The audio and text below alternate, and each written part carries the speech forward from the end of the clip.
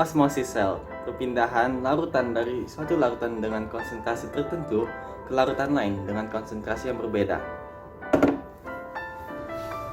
Assalamualaikum warahmatullahi wabarakatuh.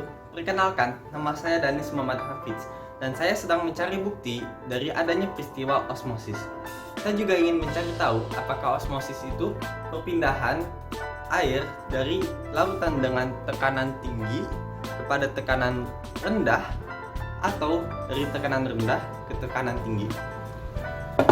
Semua itu bisa kita cari tahu dengan suatu percobaan yang menggunakan kentang.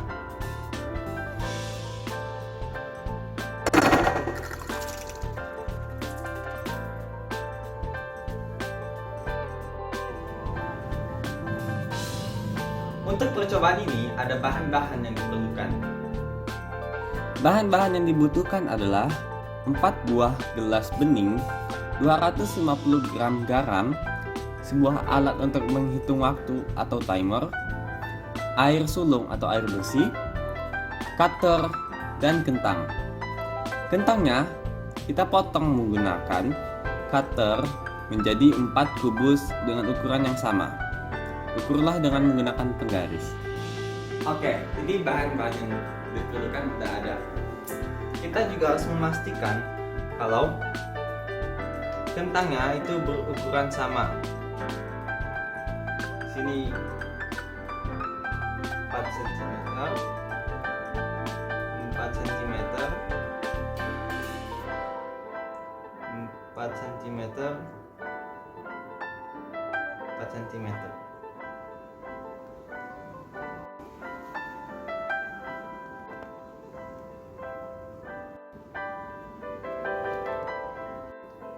Nah, kentang-kentangnya sudah dipotong dan panjangnya sama. Sekarang kita akan mengurus 4 gelas ini. Pada gelas pertama, kita tidak akan memasukkan apa-apa. Dia sebagai variabel kontrol. Kita masukkan kentang sini. Yang kedua, kita isi dengan air saja, air biasa.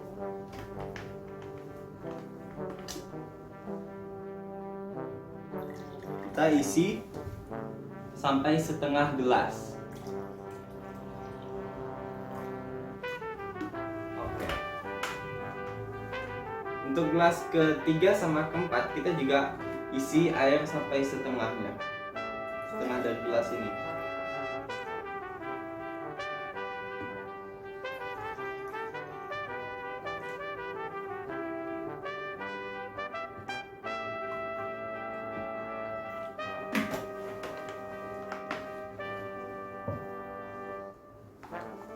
Nah, lalu di air pertama kita tidak memasukkan garam. Kita masukkan kentang. Nah, untuk gelas ketiga kita masukkan 3 sendok garam.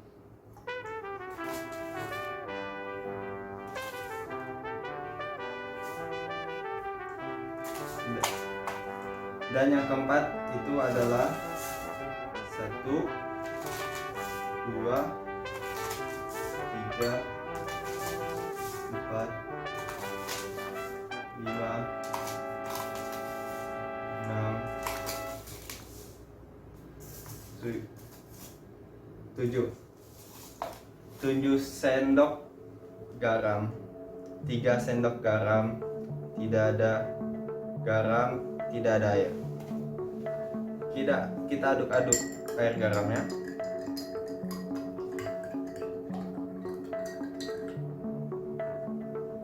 Kita masukkan kentang. Kita aduk lagi airnya.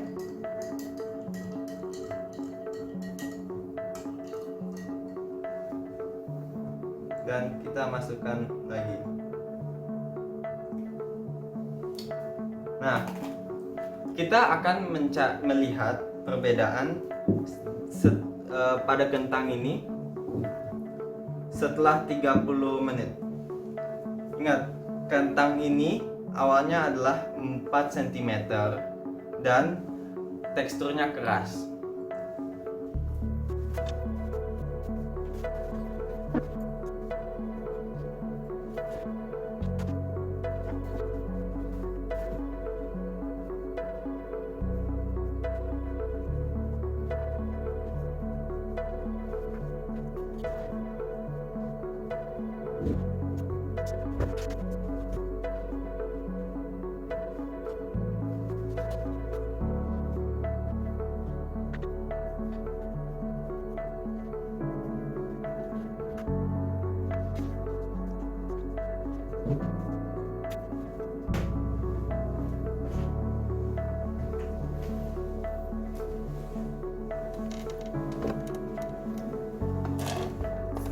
Oke, sudah 30 menit.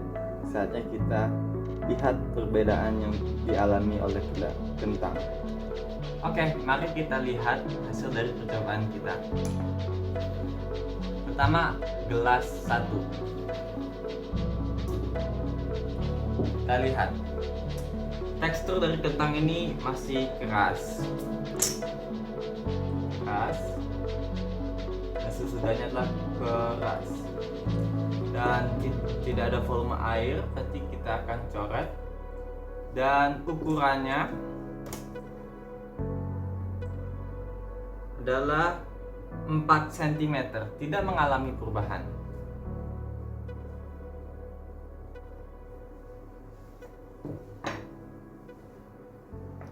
Selanjutnya kita ke gelas 2. Dan sebelum itu kita lihat tadi ke air yang ada di dalam gelas pada setiap gelas ini sama. Dan sekarang saya melihat bahwa ukuran air di sini lebih banyak daripada di sini, dan ini juga lebih banyak daripada ini. Jadi urutan dari air paling banyak ke air paling sedikit adalah 1, 2, 3. Gimana?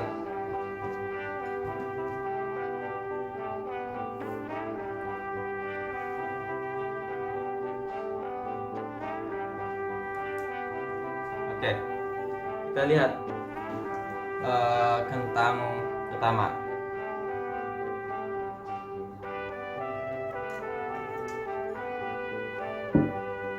Kentang kedua. Kentang kedua teksturnya tetap keras. Lalu kita lihat panjangnya. Panjangnya menambah sekitar 2 mm. Nah, jadi teksturnya sama-sama keras. Volume airnya menambah. Dan ukuran kentangnya menambah.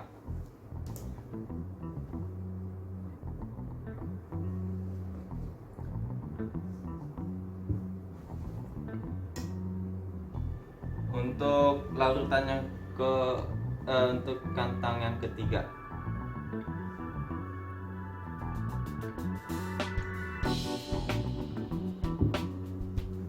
Di sini teksturnya lembut, lebih lembut. Oke, teksturnya lembut.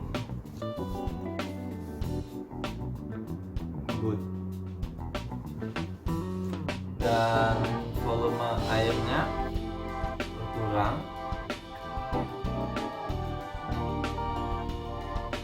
Dan ukuran kentangnya berkurang kah?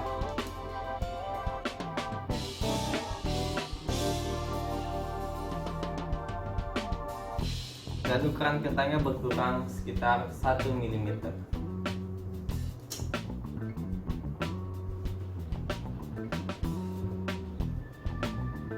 Selanjutnya adalah kentang keempat. Ini jauh lebih lembek daripada kentang ketiga.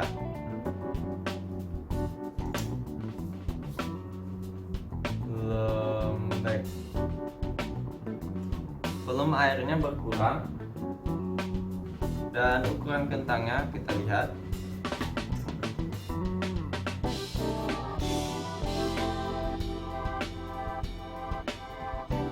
Ukuran kentangnya kurang 2 mm.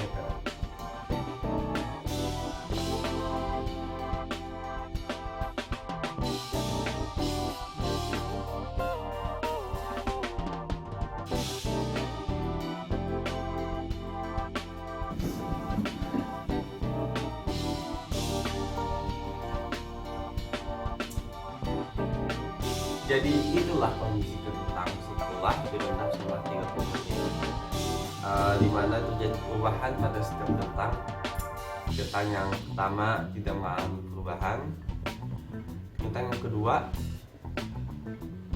volumenya bertambah dan teksturnya lebih keras. Kentang ketiga menjadi lembut dan volumenya berkurang, serta volume keempat yang jauh lebih lembut dan berkurang lebih banyak daripada kentang ketiga. Nah, dari hasil percobaan ini kita melihat bahwa terjadinya peristiwa osmosis. Peristiwa osmosis adalah mengapa kentang-kentang ini berubah. Jadi